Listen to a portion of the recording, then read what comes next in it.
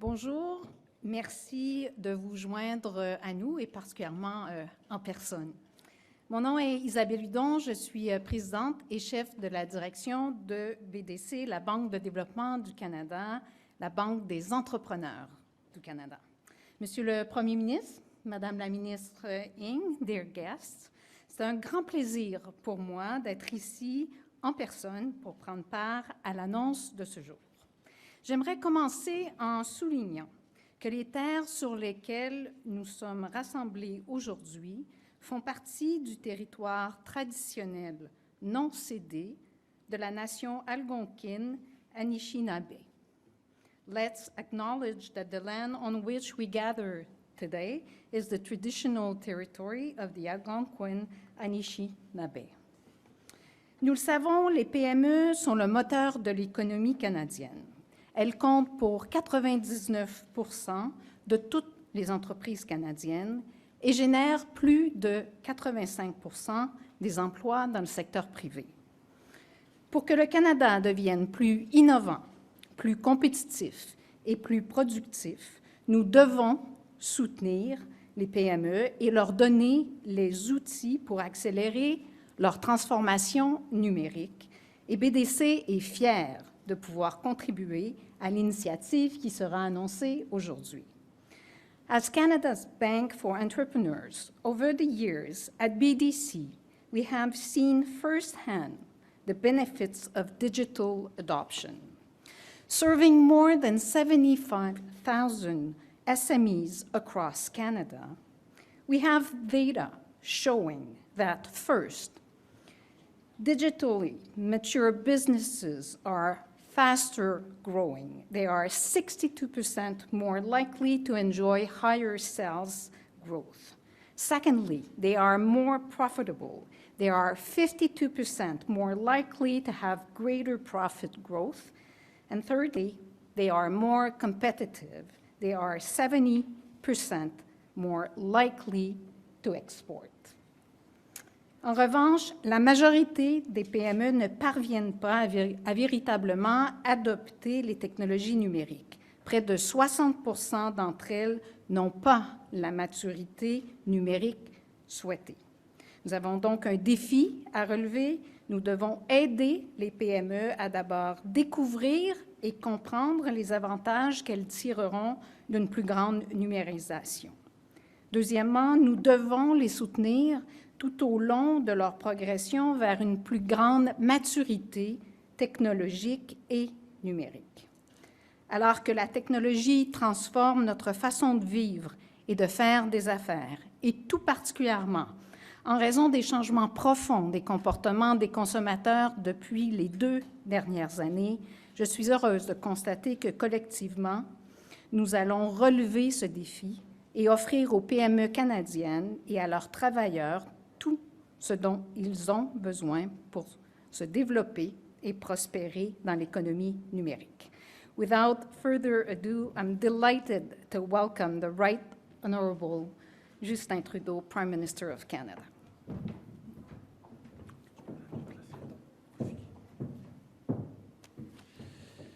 Hello, everyone. Merci Isabelle pour cette introduction et merci de continuer à mettre ton expérience au profit de nos entrepreneurs canadiens. Thank you to Michael Tremblay and his team for welcoming us here at Bayview Yards, where I know that technology is at the center of everything you do. It's great to be here with Minister Ng. Mary, thank you for all the work you do to help Canadian businesses thrive. Today's announcement will definitely make a huge difference for small and medium-sized businesses who want to grow and take advantage of new technologies. Mais avant de commencer, je veux faire une courte mise à jour sur l'Ukraine. Au cours des derniers jours, j'ai eu différentes conversations avec plusieurs dirigeants mondiaux, incluant Cyril Ramaphosa de l'Afrique du Sud, Macky Sall du Sénégal et Naftali Bennett d'Israël. On a discuté des efforts déployés pour mettre fin à cette invasion illégale de l'Ukraine. Yesterday, I also spoke again with President Zelensky of Ukraine. I applauded his leadership and the courage of Ukrainians. I told him that Canada would continue to be there for them. This morning, Minister Anand announced that we will be supplying more military equipment to Ukraine, including M72 rocket launchers and grenades. This is in addition to what we've already committed and what we've already sent. We're also ready to welcome more Ukrainians to Canada. For Ukrainians who want to come to our country temporarily, we'll create a Canada-Ukraine authorization for emergency travel. This will eliminate many of the normal visa requirements, and it will be the fastest and safest way to come to Canada. For Ukrainians with family members who are Canadian citizens or permanent residents, we'll implement a special family reunification sponsorship pathway towards permanent residence. Today, Canada and other close partners are calling to suspend Russia from INTERPOL. We're supporting this because we believe that international law enforcement cooperation depends on a collective commitment to the Universal Declaration of Human Rights and mutual respect between INTERPOL members. En plus de nos actions pour soutenir l'Ukraine, on s'assure aussi que la Russie soit tenue responsable de ces actes. C'est pourquoi on impose de nouvelles sanctions sur des dirigeants de 2 compagnies russes du secteur de l'énergie, Rosneft et Gazprom. Ce matin, la vice-première ministre Freeland a aussi annoncé que le Canada sera le premier pays à révoquer le statut de nation la plus favorisée de la Russie et du Bélarus en tant que partenaires commerciaux. Par conséquent, le Canada va imposer des tarifs de 35% aux exportations provenant de ces 2 pays. Ces sanctions ont pour but de mettre encore plus de pression pour que la Russie cesse sa violation de la souveraineté et de l'intégrité territoriale de l'Ukraine. While our government is there to support our partners and allies abroad, we're also continuing our work to support and grow our economy here at home. That's why I'm so happy to be here with you all at Bayview Yards with great news for small businesses. Today, we're joined virtually by Sheena from Nova Scotia, who co-founded her own business called Made with Local. Made with Local is a snack foods company that partners with social enterprises to employ and train Canadians with barriers to the mainstream workforce. Like for many small businesses, the past 2 years hasn't been easy. But despite the challenges, Sheena adapted and made the pivot to digital. Now, with a greater online presence, her company is stronger than ever. Les PME comme celle de Sheena sont au cœur de nos communautés. Pendant la pandémie, notre gouvernement a été là pour les soutenir avec des programmes comme la subvention salariale, le compte d'urgence pour les entreprises et l'aide en cas de confinement. Alors qu'on continue de bâtir une relance économique forte, c'est important de s'assurer que les petites entreprises canadiennes aient les outils nécessaires pour réussir dans un monde de plus en plus numérique. Sheena's company benefited from the digital transformation. Today, we want to help other businesses use technology to grow and expand. That's why we're launching the Canada Digital Adoption Program. This is a $4 billion investment that will accelerate the digital transformation of SMEs through grants and loans that meet their needs. For example, if you're looking to grow your business online, you could get a grant that will help with the costs of an e-commerce platform. If your business requires more advanced technologies, you could get a grant to develop a digital adoption plan. And if you need support to implement your digital transformation, you can also apply for a 0% interest loan up to $100,000 from the BDC. Applications for both loans and grants are now open. Si vous êtes une PME, on lance aujourd'hui le programme canadien d'adoption du numérique pour vous. On veut vous aider à faire croître votre entreprise en ligne et à accélérer votre transformation numérique. Durant les 4 prochaines années, on va soutenir jusqu'à 160 000 PME avec des subventions, des prêts et un réseau de conseillers numériques. Le programme va aussi créer des milliers d'emplois, incluant des emplois pour les jeunes experts en numérique qui sont très habiles avec la technologie. Les petites entreprises sont là pour nos communautés et notre gouvernement va continuer d'être là pour elles. Today's announcement is all about empowering small businesses with digital tools so that they can reach their full potential. It's also about building a strong recovery that brings our entrepreneurs and growing companies along. Small businesses are at the heart of our communities, and when they do well, everybody wins. Merci beaucoup d'être avec nous aujourd'hui. I'm happy to pass it over to Minister Ng. Mary.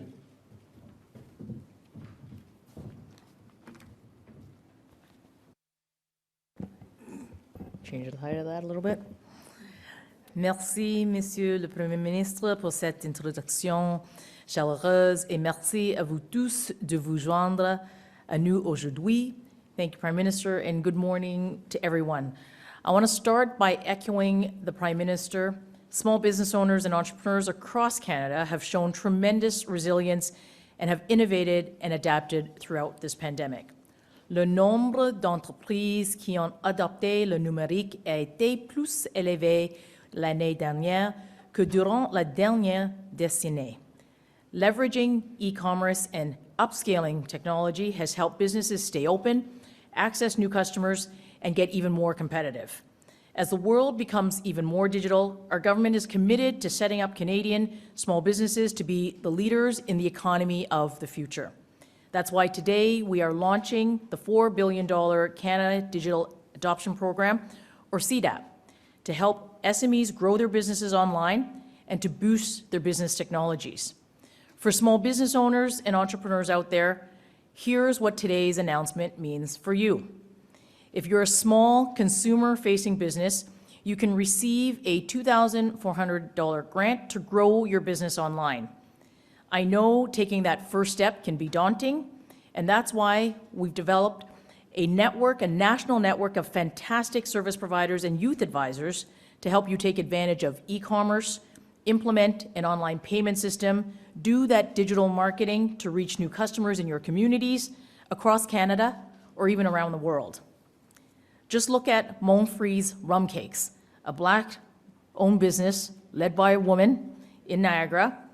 After COVID forced her store to shut down, Christine, the owner, accessed funding from one of our women entrepreneurship ecosystems and moved her business online by creating a digital storefront. Today, Christine's sales are up more than 75%, and she exports her cakes all around North America. We will be helping 90,000 small businesses grow their business online and benefit from e-commerce, just like Christine's in Niagara and Sheena in Halifax. The federal government's CDAP program will also help boost your business technology, whether it is incorporating artificial intelligence into your operations, strengthening your cybersecurity, upgrading your customer relations management software, or automating your production. Businesses can take a free online digital needs assessment to get an in-depth understanding about your business's digital DNA so that you know where your business is at.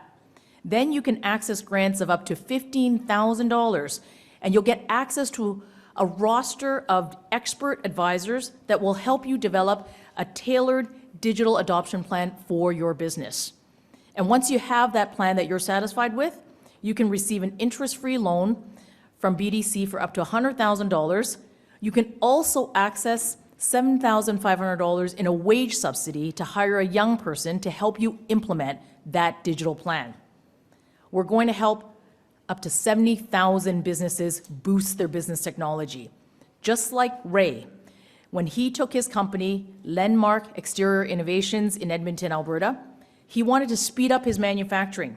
So he began his digital transformation by investing in a fully automated equipment, significantly boosting his production outputs. He then adopted a new software to help him better manage inventory, plan production, and adjust his pricing. And as Ray has said, you wouldn't believe how technology can help you step up your game and become more competitive. And for any business that's unsure of what going digital means, I encourage you to use that digital SMS assessment tool that I just talked about so that you can get to know your digital DNA. Get to know the areas where your business could grow by going digital and by boosting your technology. The Canada Digital Adoption Program will support up to 160,000 Canadian SMEs to leverage technology to grow their business, to access new customers here in Canada and in markets around the world, while creating thousands of jobs here through nearly 30,000 placements for young Canadians to help businesses implement these digital transformations. Mais cela aura également un impact beaucoup plus significatif pour notre pays. We are preparing Canada to be the global leader in the economy of the future, and we're bolstering our country's long-term growth and competitiveness. Businesses can apply to the digital adoption program today by visiting that CDAP website, and I look forward to seeing your businesses use this program to scale up, to expand into new markets, and to anchor that success here in Canada by creating jobs. And with that, I'm very pleased to welcome Sheena Russell, the inspiring entrepreneur that the Prime Minister introduced a little earlier, to share her own digital transformation journey. Sheena, over to you. Nice to see you, by the way. Yes, nice to see you too. Thank you so much, Mr. Prime Minister, Minister Ng, and everyone for welcoming me here today. I'm so excited to be part of this announcement. So I'm Sheena Russell. I'm founder of Made with Local, and we're a purpose-led snack foods brand based in Chipuktuk, the ancestral and unceded territory of the Mi'kmaq people. It's a beautiful snowy day here today. So we make two lines of our really simple, nourishing snack foods. We're best known for our real food bars, and we also make a product called granola bar mix, like a DIY make your own bars at home. Our foods are made using the best Canadian-grown ingredients and Canadian-grown and produced ingredients that we can get our hands on, and they're all manufactured in partnership with social enterprise bakeries, providing invaluable work and training opportunities for folks who are living with barriers to the mainstream workforce. As you can imagine, March 2020 was a pretty pivotal time for our business. We lost almost all of our production capacity immediately, and supply chain disruptions were very real.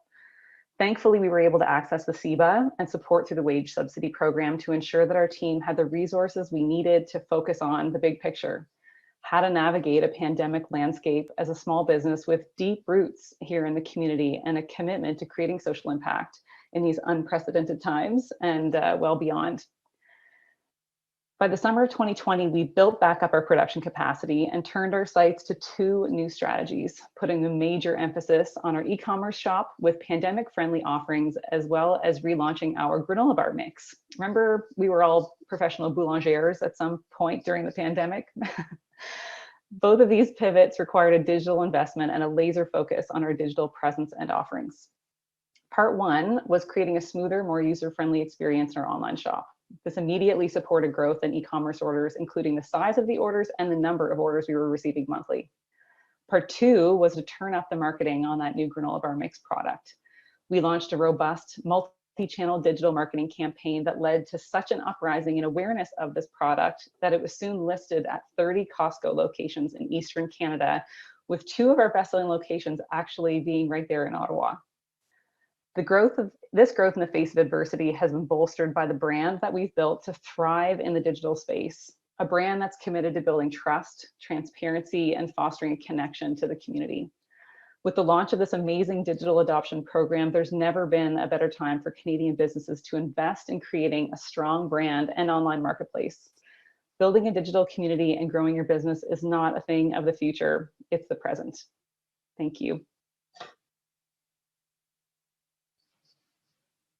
Very much for that, and that concludes this part of the announcement, and we are now going to open up the floor to media.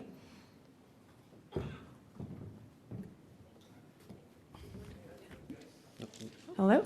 Thank you, Minister Ng. We'll now start the Q&A for 20 minutes, starting with the Toronto Star. Tonda? Sorry, we're just adjusting here. Got a shot? Hi, Tonda McCharles, Toronto Star. Prime Minister, we understand that some Canadian companies held millions of dollars in stock in Russian firms that were hit by Canadian sanctions. So I'm wondering if you can explain what happens to that money. Are they able to legally sell that stock, or is it frozen while the sanctions are in place? And could you elaborate on your suggestion that Canadian firms might be offered some compensation? Well, first of all, I think all Canadians understand how important it is to stand with Ukraine and understand that the blame for this situation is solely on Vladimir Putin. He made a terrible mistake in underestimating the resilience and strength of the Ukrainian people, but also of the resolve of people across democratic countries to stand up to his thuggery.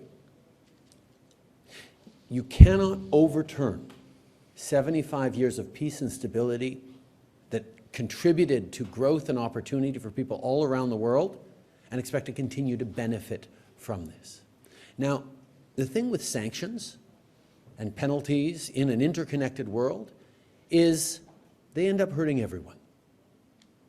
There will be Canadian costs to putting these sanctions on, in addition to the costs that will happen on the global economy as we see supply lines further disrupted, as we see shortages of energy supplies in places like Europe.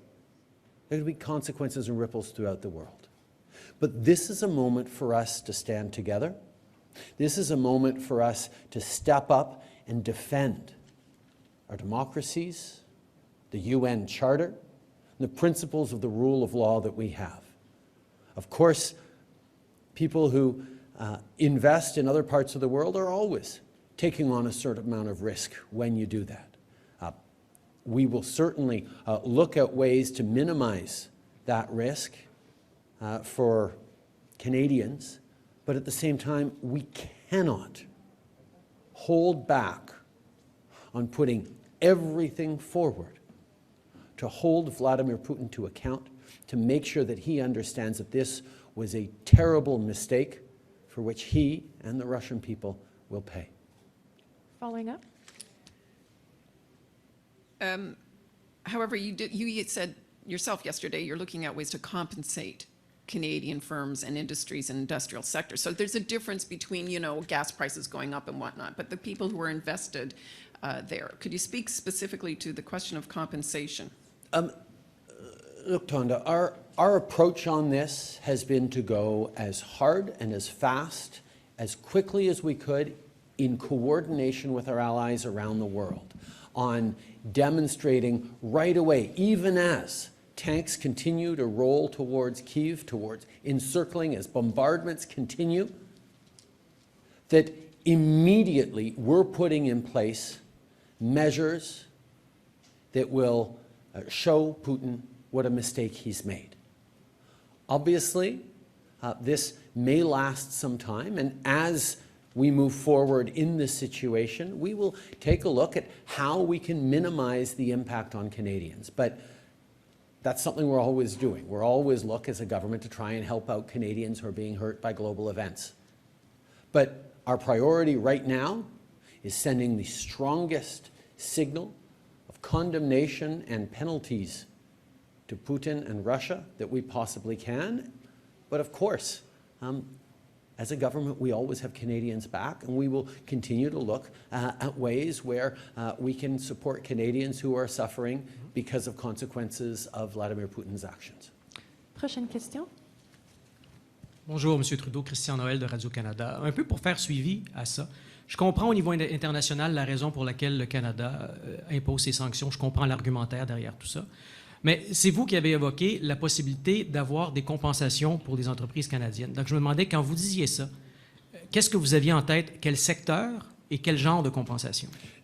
Ce que j'ai dit, c'est ce que je dis toujours, c'est qu'on va essayer d'aider les Canadiens qui sont en difficulté à cause de cette situation. Ça comprend évidemment des Canadiens pris en Ukraine, des cousins, des tantes de gens qui sont ici au Canada qui veulent sortir. Ça inclut aussi des gens qui pourraient être affectés par les sanctions de façon indirecte ou par les pénalités. Mais on n'a pas passé énormément de temps à élaborer des solutions encore parce que notre priorité doit être et continue d'être d'aider l'Ukraine. Quand j'ai parlé à Volodymyr Zelensky hier, il me demandait pour de l'aide détaillée et on est en train de regarder et de travailler avec notre gouvernement, avec nos alliés, pour répondre à la situation. Évidemment, s'il y a des Canadiens qui sont frappés de façon disproportionnée par la difficulté, on va regarder des façons de l'aider. Mais on n'est pas là encore. On est bien sûr ouvert à le faire, mais ce n'est pas une réflexion que nous avons tout de suite. Merci beaucoup.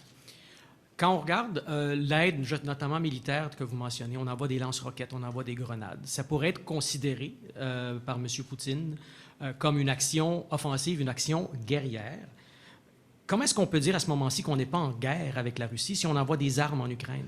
Notre réponse à l'invasion violente et irresponsable et illégale de Poutine en Ukraine, ça a été tout d'abord une réponse économique.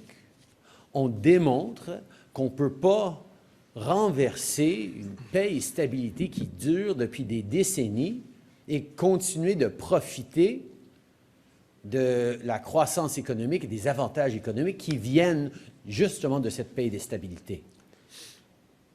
Mais en même temps, on sait très bien que de renforcer l'OTAN, d'être partenaire fort avec nos alliés préoccupés par cette démonstration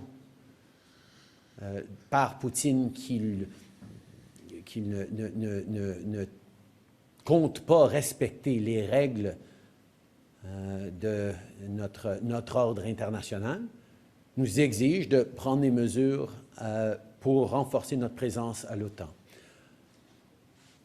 Mais en plus, nos amis ukrainiens qui sont en train de subir une violence, une agression injustifiée par la Russie, méritent notre aide. C'est pour ça qu'on a envoyé des armements pour les appuyer. C'est pour ça qu'on est en train d'en envoyer encore, parce que c'est des amis qui ont besoin d'aide face à un agresseur irresponsable et beaucoup mieux armé qu'eux.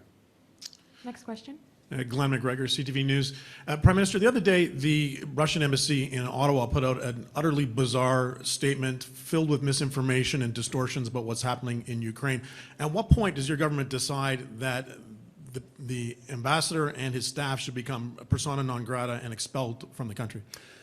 The decisions will be made, like all decisions, in what is in the best interests of Canada, what is in the best interests of Canadians abroad, what is in the best interests of our friends Ukrainians. We understand that the ambassador in Ottawa is a mouthpiece for Putin, is saying the same kinds of things that are Russian propaganda and disinformation. We need to balance that and the impact that he can have against the positive impact that Canadian diplomats in Moscow can have in understanding what's going on with the Russian people, in supporting people on the ground, in helping out Canadians who might find themselves stuck in Russia right now. We're, of course, looking at what our allies are doing, looking at what we need to do to, yes, send the strongest signals, but also be as effective as we can in pushing towards an end to this. Canada played a key role in establishing the G20. Some people think it's even a more effective international forum than the G7. Do you support Russia's continued participation in the G20, or would you like to see them removed, especially given the fairly comparatively mild response from the G20 to this crisis?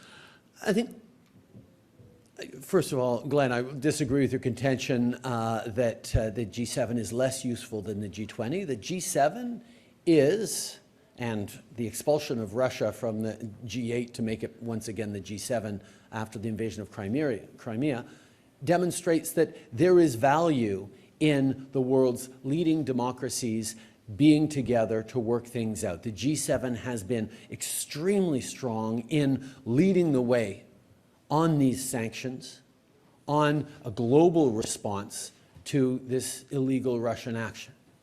At the same time, the G20 is also extremely useful because it includes not just like-minded partners, but all the biggest economies in the world, from China to Brazil, to Russia, to Indonesia, to countries that have different perspectives, some aligned, some not. And it's an important forum to come together to talk about issues of the global economy.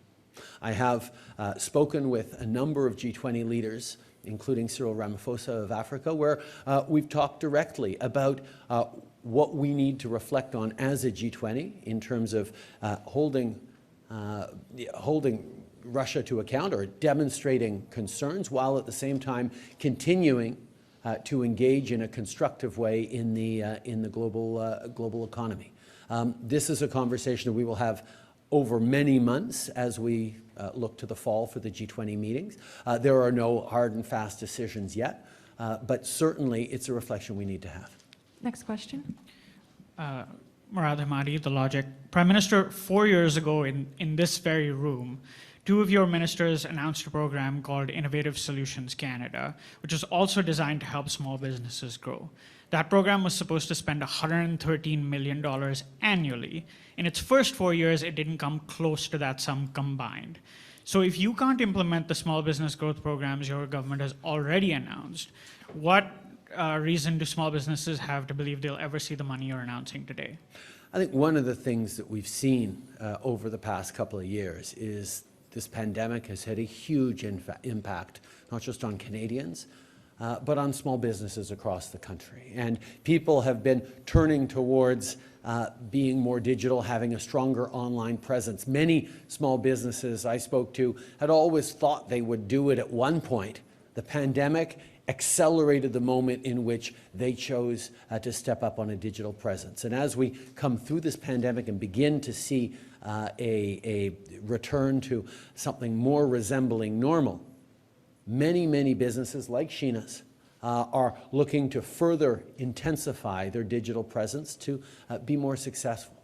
Well, what we're doing is not just providing them with concrete supports to be able to do that, we're also drawing on one of the extraordinary resources that Canada has, which are young people who are so keen, so innovative, so forward-thinking, and so at ease in a digital world that actually harnessing and creating jobs and opportunities for those young people to be paired up and share their expertise and train up in that expertise to have an impact on small businesses is bringing people together to meet the challenges of our time. And I know this is going to have a tremendous impact on small businesses right across the country.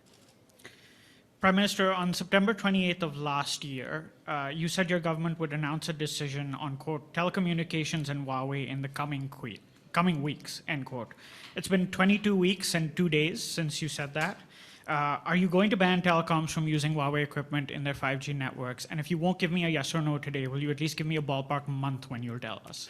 As you know very well, this is an important question for Canadian telecom industries. It's an important question for businesses, for our competitive environment. We need to make sure that people have access to telecommunications in a strong and robust way, but we also need to make sure that we're safe in our use of telecommunications equipment, and we're keeping Canadians and our information protected. That's why we've been working with allies, we've been working with experts, we've been working with all of our intelligence and security agencies on this issue, and we will have more to say in due course. Prochaine question.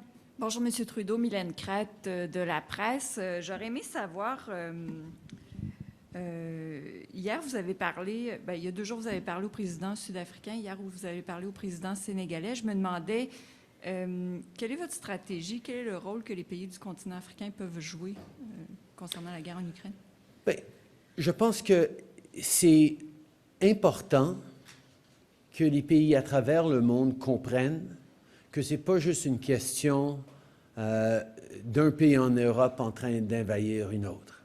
Évidemment, on voit constamment des conflits à travers le monde, que ce soit en Afrique ou en Asie ou ailleurs, où on voit de la guerre, de la violence. Mais la décision d'un pays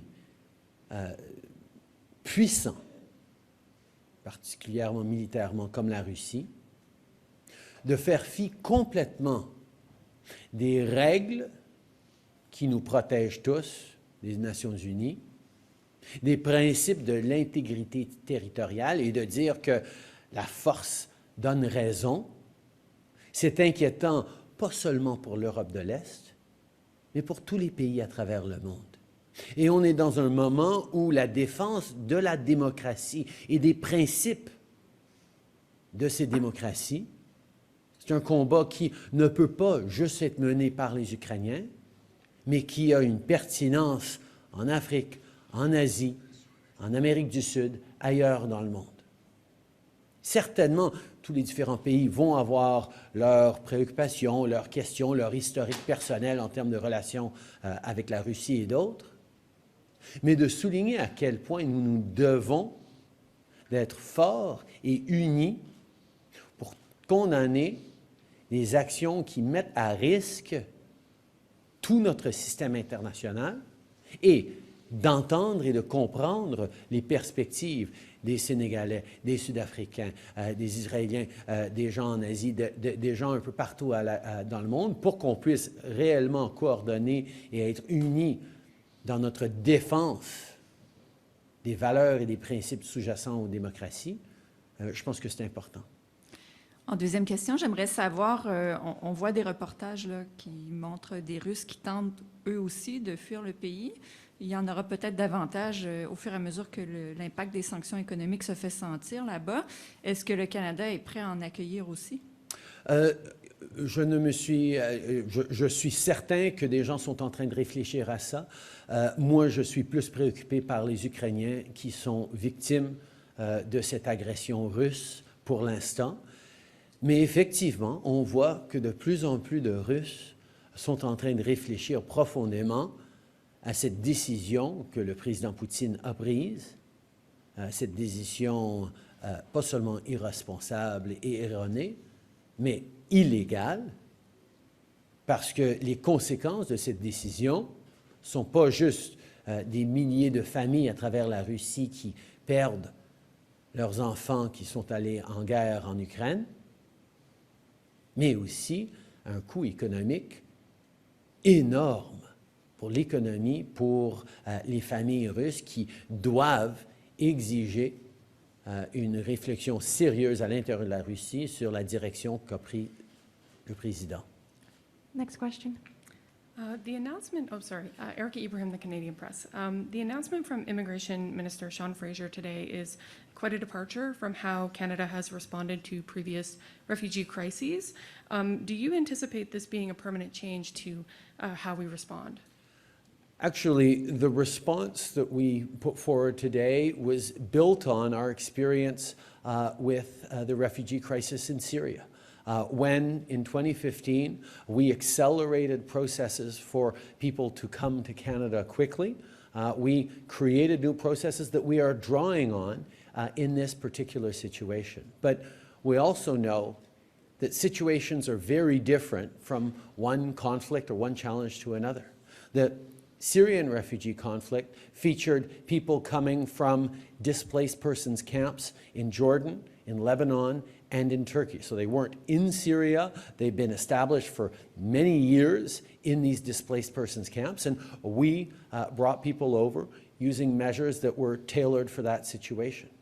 In Afghanistan last summer, the challenge was actually getting people out of the country to safe third countries so we could process them and get them to come in Canada. We've now accepted around 8,000. We are very much on track to getting to the 40,000 over the coming years. But it took a separate set of measures. In this situation, the challenge that we're focused on is getting people not from Ukraine directly to Canada, because they are fleeing to countries like Poland, Romania, Moldova, other countries like that, where we are then able to work with them in the relative stability of a peaceful neighboring country to process as quickly as possible and bring them to Canada. And that's where this measure that will take 2 weeks to be able to get them emergency travel authorization, that will not just allow them to come quickly to Canada, but to study, to work, to rebuild their lives to a certain extent, either while they wait to return home to Ukraine or to start a new life in Canada. Every situation is different, but every new situation, we are guided by the same values, the same principles, but adjust to what the needs are on the ground. Thank you. And my follow is about Canadians going to fight in Ukraine. Minister Anand this morning suggested the legality of fighting for Ukraine was still, quote, indeterminate. Does the Canadian government support such individuals, and is it sending the wrong message by not warning warning them about potential legal questions? We have been very clear for many, many weeks now. Canadians, we encouraged all Canadians to leave Ukraine. We were very worried about the Russian positioning, and when war broke out, our efforts are very much on getting Canadians out to safety. Canadians can make choices about what they choose to do, about what they choose to do to support Ukraine. All Canadians want to support Ukraine. There's many different ways of doing it. I'm not a lawyer, so I won't weigh in on the legality of that. I will simply say that the best way we can help Ukraine is by making sure we are unequivocal in our condemnation of Vladimir Putin, that we are sharing with our larger networks and with the world the truth of what is happening in Ukraine against Russian disinformation and misinformation, and that we, as we always do, open our hearts, our wallets, and our homes to welcome people fleeing for safety. We'll take one last question. David Aiken, one last question, a follow-up, I hope. David Aiken from Global News. The other day, Minister Freeland mentioned or suggested that Canadians should prepare for, quote, collateral damage. Some of the sanctions we're imposing may hurt Canadian businesses. I wonder if you can maybe talk about that, if the Incident Response Group has been talking about defense. What might we expect the Russians to do to Canadian firms and Canadian companies? We know that Russia has sophisticated cyber attack capacities, not just misinformation, disinformation, but attacks on infrastructure, on systems, on individuals and companies that can be very disruptive.